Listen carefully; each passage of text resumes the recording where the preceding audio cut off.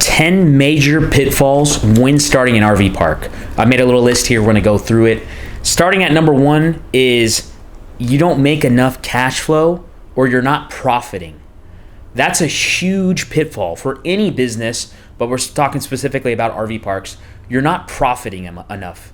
And I get a lot of emails, a lot of comments, a lot of you guys reaching out, and you love the idea of an RV park. You're married to it, okay? And you're asking me about these certain deals and all this.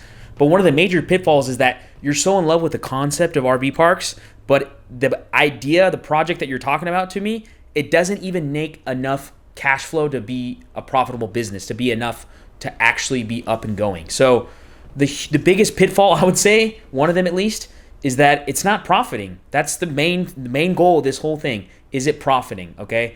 And I've heard a saying in business, and that is that most of the time in business, things cost more than you think, and it takes longer than you think. So if your outgo is exceeding your income, your upkeep will be your downfall. If your outgo is more than what's coming in, it's not gonna work. So that's the biggest pitfall. Number 1 is you're not profiting enough. It's gotta profit, okay? So that's pitfall number 1. Pitfall number 2 is going to be laws and regulations. I've heard so many horror stories of people buying properties with the ideas of doing certain things, and when they get the property, a certain law or a certain regulation or a certain zoning prohibits them from being able to use the property that it was intended for. And I don't want that to be you guys, okay?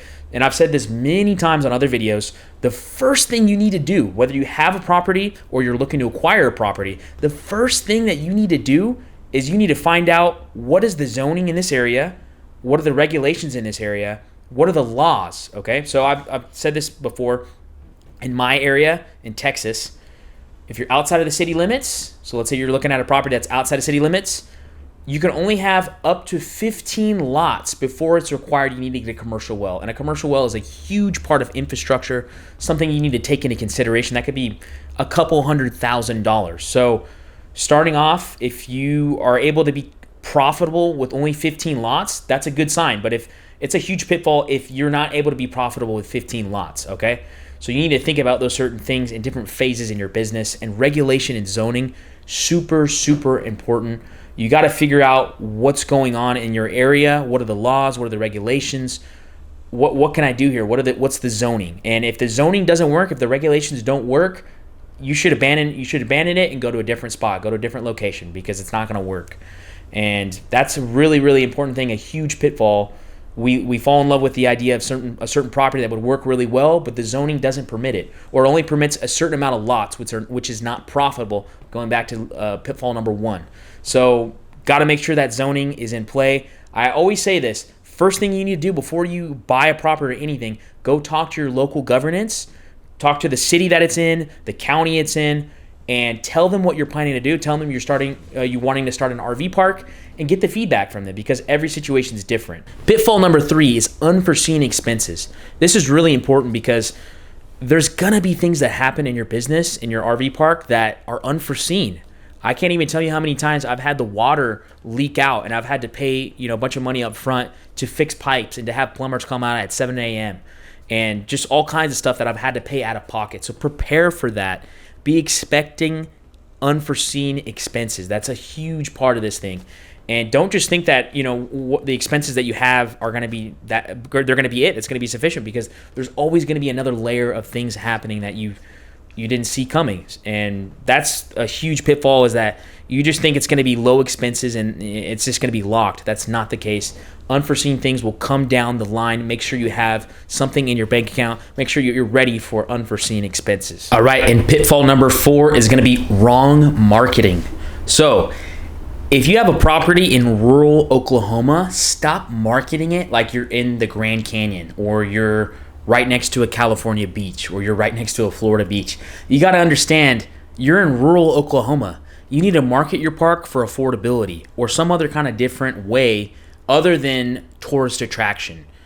That's kind of the problem, I think, is a lot of the time we fall into the idea of we need to kind of market ourselves as the typical, RV park that everybody thinks of, when in reality there's a shift. There's a more affordable route. There's a more affordable way in which people are marketing RV parks. And that might be something you want to consider. If you're in rural Oklahoma, if you're in rural Texas like I am, if you're in rural New Mexico, you're going to be a lot different than if you're in Florida or you're in California, you're in, Oregon, maybe along the coast.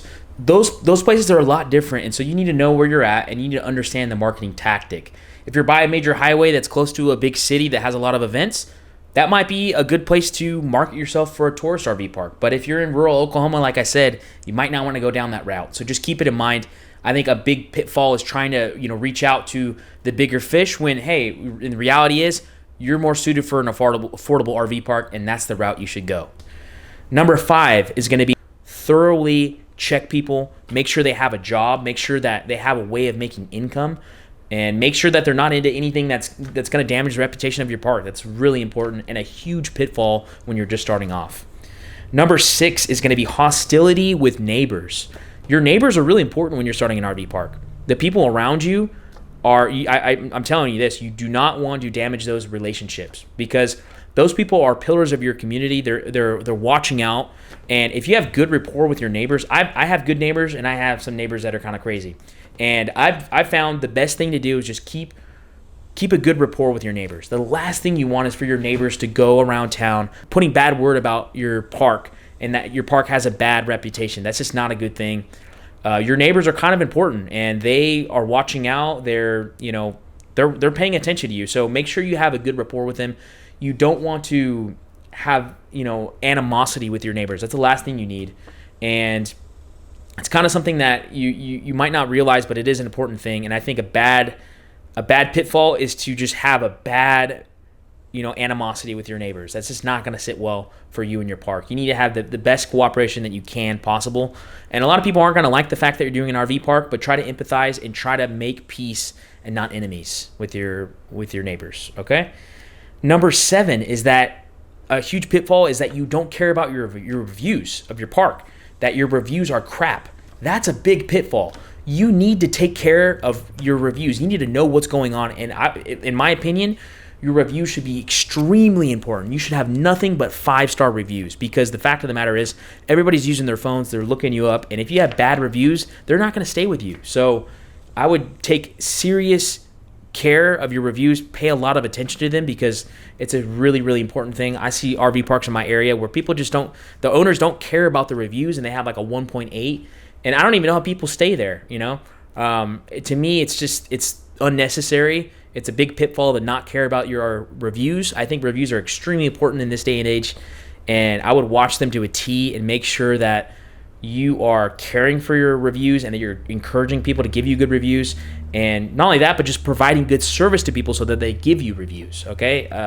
Your reviews are super important online. Your online presence is very, very important, and don't fall into the pitfall of thinking that it doesn't matter. Pitfall number 8, you won't always be 100% occupied. Now, this ties into a couple that I've already said before, but the fact of the matter is, a lot of the time, even if you're in a good area, even if business is good, you're probably only going to be about 85% occupied on average most of the time.